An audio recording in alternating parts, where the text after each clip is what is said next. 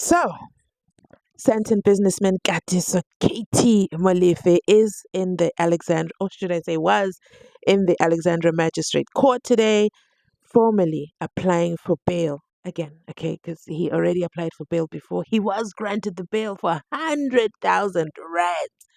You know what? I must say, I am impressed with that amount, not the typical 10,000 rands that we seem to hear. But we are not there. I'm digressing. Let's get back into it. So he was formally applying for bail in a high profile murder case, and that is for DJ Somebody as well as for DJ Vito's unaliving. Okay. And DJ Somebody's two bodyguards who were also with him at the time. So it's a long list of lives that he's alleged to have taken, and he is seeking bail because he is a guest at Jose Mampuru. Listen, Mr. Koza, if you know, you know, Mr. Koza has some quite interesting guests over there at Jose Mampuru. But why then does he want accused number 5 to stay inside Pagati? But let's stick with the story. Cat. No, not Cat. Actually, Cat is also at Jose Mampuru. So, Cat, do you think Cat and Mr. Molefe, they meet at lunchtime in the cafeteria in the prison, Jose Mampuru? I don't know. It's really a movie. South Africa really is a movie, or should I say a nightmare at this point. But hello, everybody. Welcome back to my channel. Thank you so much for all the subscriptions. I see you. We're on the road to 5,000 subscribers, and I'm just so excited to get to that number. But at the same time, thank you so much. Remember to like, comment, and subscribe. It absolutely brings me joy. So, what happened exactly today? Molefe appeared in court in Johannesburg on the 6th of August 2025 for a formal bail hearing. He faces multiple charges, including murder, conspiracy to commit. Why am I choking at those words? Why am I struggling to say this? Let me try this one more time.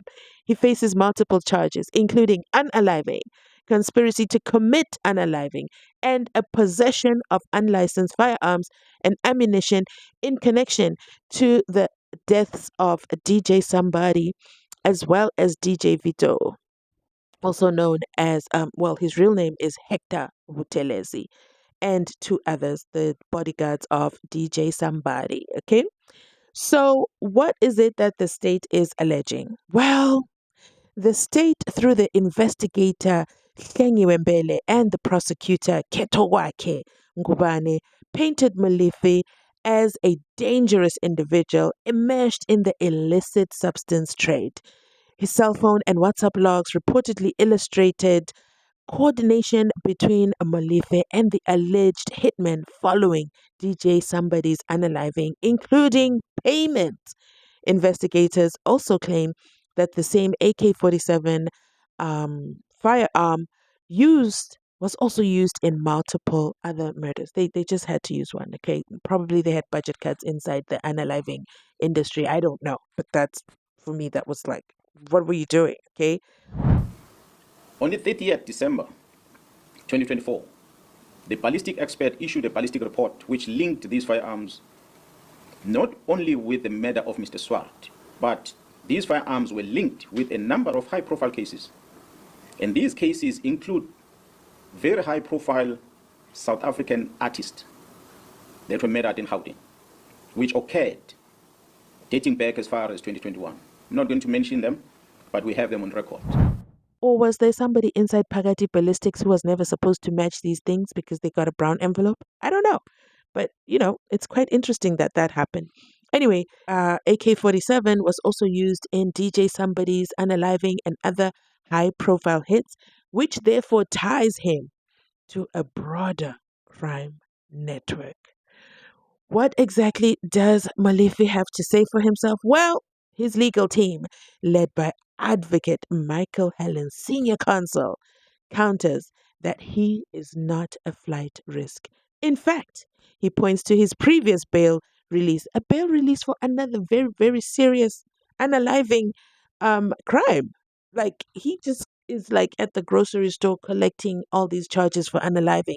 But his advocate argues and points to his previous bail release in another unaliving case. In his affidavit, Molefe stressed he has stable ties to the country, declared personal assets, including a Sandhurst home valued at 17,000 rands. No, what did I say?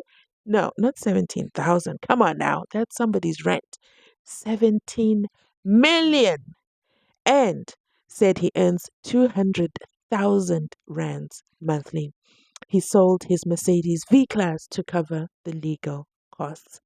Well, Molefe also claims the police used excessive force during his arrest. Which arrest? This arrest. The current arrest where Kenny Kunene and the new reporters were found inside the premises. Yes, that arrest. They allegedly damaged his gate. He maintained he complied immediately and did not resist. Why was Kenny Kenene there? Have we reached the bottom of that? Anyway, Malcolm X and a separate incident has come out on all on his own to say, I am the one who called the general, okay, General Livia, at his other arrest. Now I want to know, why are all his arrests associated with people making phone calls or people calling or people being there? Why? Anyway, he must be, a very much a people person. How can he be a people person if he's also in the business of unaliving? But anyway, he's constantly has people around him. But here, so On the 25th of June this year, the project coordinator of the political killings task team is arrested by IDEC. A dramatic arrest. A dramatic arrest. On the 26th of June 2025, the accused, Katiso Molefe, who was arrested by the very same task team, was granted bail. Guess that one went under the radar. The work of the organized crime in Gauteng, supported by the political killings task team, has indeed been compromised. The disbandment of the political killings task team was influenced by the sterling work that they performed in Gauteng to uncover the criminal syndicate, which involved some members of the criminal justice system operating in Gauteng province, and not because of what I presented earlier, which was the work they did in the province of KwaZulu-Natal. Their demise was as a result of them assisting Gauteng to uncover the criminal syndicate. Despite all these challenges, we acknowledge and appreciate the resilience of the members of the political killings task team. The political killings task team remains operational, albeit attempt to disrupt its work to protect and serve the inhabitants of the Republic, as enshrined in the Constitution under Section 205, subsection 3 of the Constitution of the Republic. The political killings task team remains operational. Therefore, we have embarked on a process of registering a criminal investigation in order to deal with this infiltration and control of the criminal justice system by the organized crime. inside Pagati within the court, Molefe became okay, so there's this situation with his passport. He's like, listen, magistrate, you gotta grant me this bail. The police have my passport. Where on earth am I going? Besides, I was already deported from the UK for another crime. How many crimes does he have? He was deported from the UK for substances. Okay, distribution. So he was deported. He was arrested, charged, I think, imprisoned for 4 years, and then deported. His legal team requested more time to compile further documentation. So court has been postponed and the bail application continues continues on the 15th of August 2025, which means he remains a guest at Jose Mampuru, a guest of the state, that is, a VIP guest of the state at Jose Mampuru.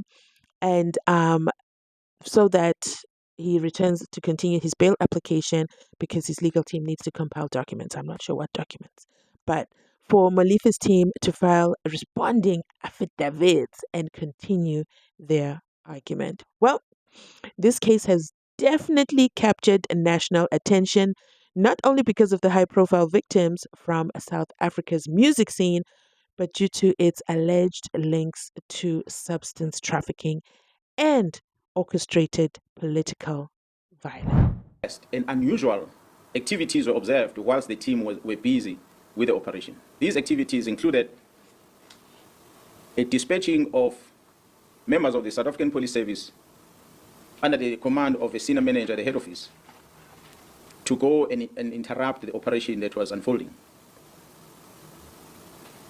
Fortunately, when they arrived there, the members realized that it is indeed a police operation, so they allowed the members to carry out their operation without disturbance.